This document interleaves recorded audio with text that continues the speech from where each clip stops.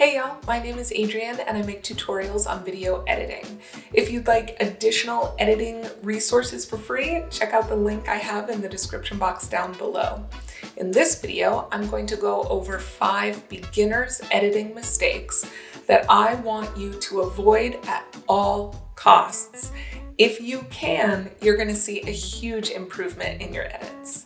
So let's jump in.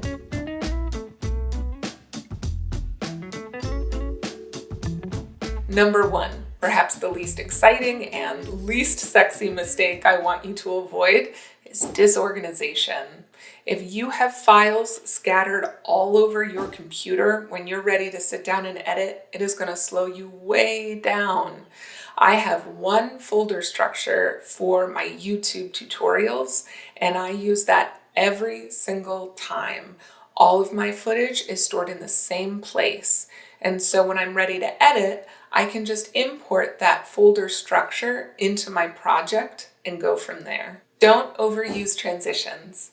I know what it feels like to be a beginner editor and you have either stumbled across what you think is a really cool transition in your editing software, or you've gone out, you found a motion graphic template and pulled it into your project and you want to slap that puppy all over the place because it really means something to you. But the truth is, overusing transitions can really pull the viewer out of your project. It can make your video seem way more chaotic.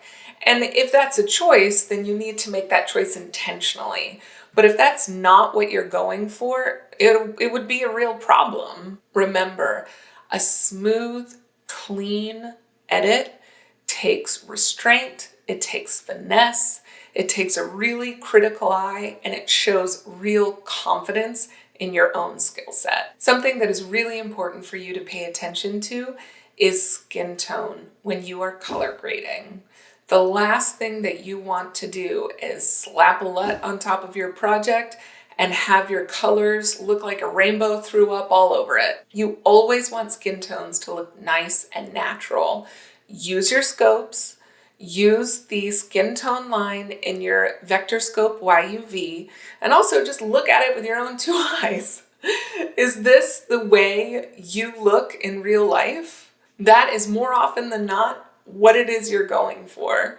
Even if you want your project to have splashes and pops of color, you probably want your people to look pretty normal. Something else to pay attention to with color is just making sure that your color is consistent from shot to shot and from location to location. Another easy mistake that I want you to avoid is not using B-roll.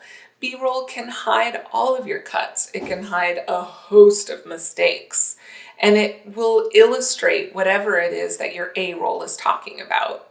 You can use it in your own tutorial for whatever it is that you're posting, maybe on YouTube, but it can also be used in a narrative project or even a documentary. I can remember a documentary that I worked on more than a couple of years ago.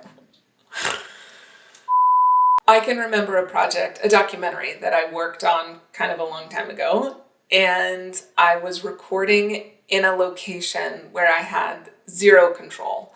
I mean, I wasn't in charge of anything that was going to be happening.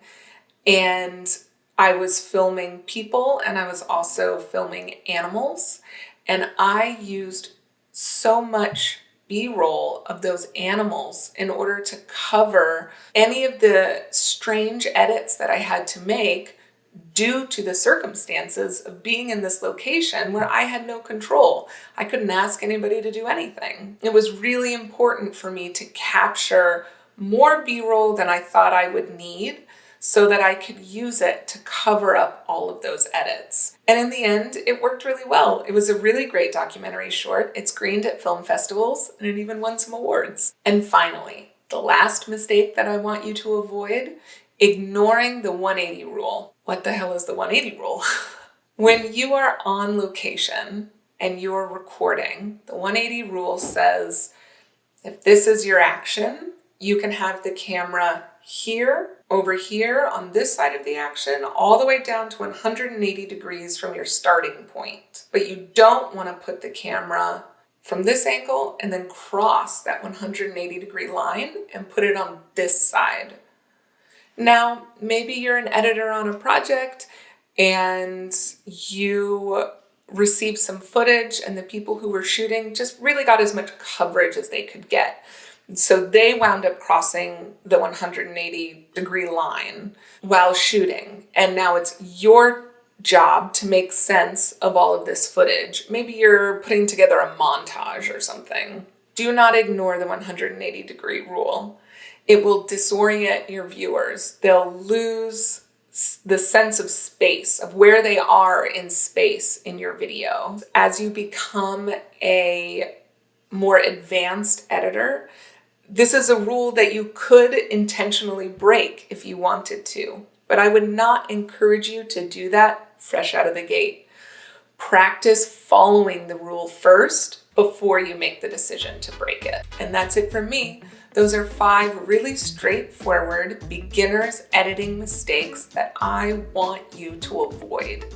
The next time I do one of these videos, I'm gonna go over 5 more advanced editing mistakes that I still want you to avoid making. If you have any tips or tricks, please leave them in the comments below. Give this video a thumbs up if you thought it was helpful, and subscribe if you'd like to see more. I'd love to see you back, and I'll see you in the next one.